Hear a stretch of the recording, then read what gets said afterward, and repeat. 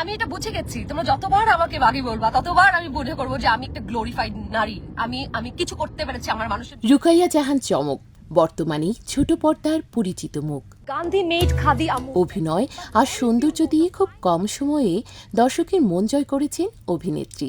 ক্যারিয়ারের শুরু থেকেই ঠোঁটকাটা স্বভাব আর স্পষ্টভাষী হিসেবে বেশ পরিচিতি রয়েছে তার। তবে এবার ভিন্ন সুরে চমক। তোমাদের কোনো থ্রেটে আমি বাসায় বসে থাকবো এটা চিন্তাও করো না।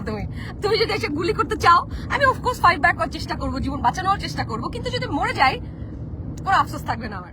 সামাজিক যোগাযোগ মাধ্যমে এক পোস্টে জানালেন, বর্তমান সময়ে চুপ থাকাই সম্ভবত সবচেয়ে বড় বুদ্ধিমত্তার কাজ।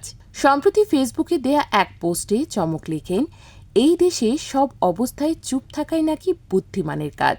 যারা অন্যায়ের প্রতিবাদ করেন তারা নির্বোধ। আজকে থেকে যাই হোক, আমি শাড়ি পরে রোমান্টিক ছবি দিব।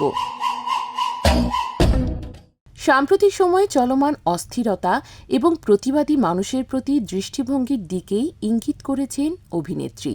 তার মতে, যেখানে সত্য বলা বা অন্যায়ের প্রতিবাদ করাকে নির্বুদ্ধিতা হিসেবে দেখা হয়, সেখানে নিজেকে গুটিয়ে নেওয়াই শ্রেয়।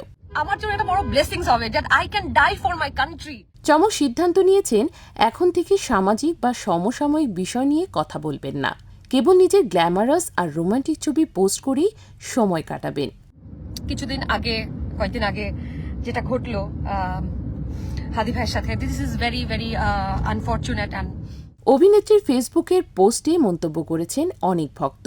অনেকে চমকের সিদ্ধান্তের সঙ্গে একমত পোষণ করেছেন। এতে একজন মন্তব্য করেছেন, বর্তমান পরিস্থিতিতে সেটাই বুদ্ধিমতীর কাজ হবে।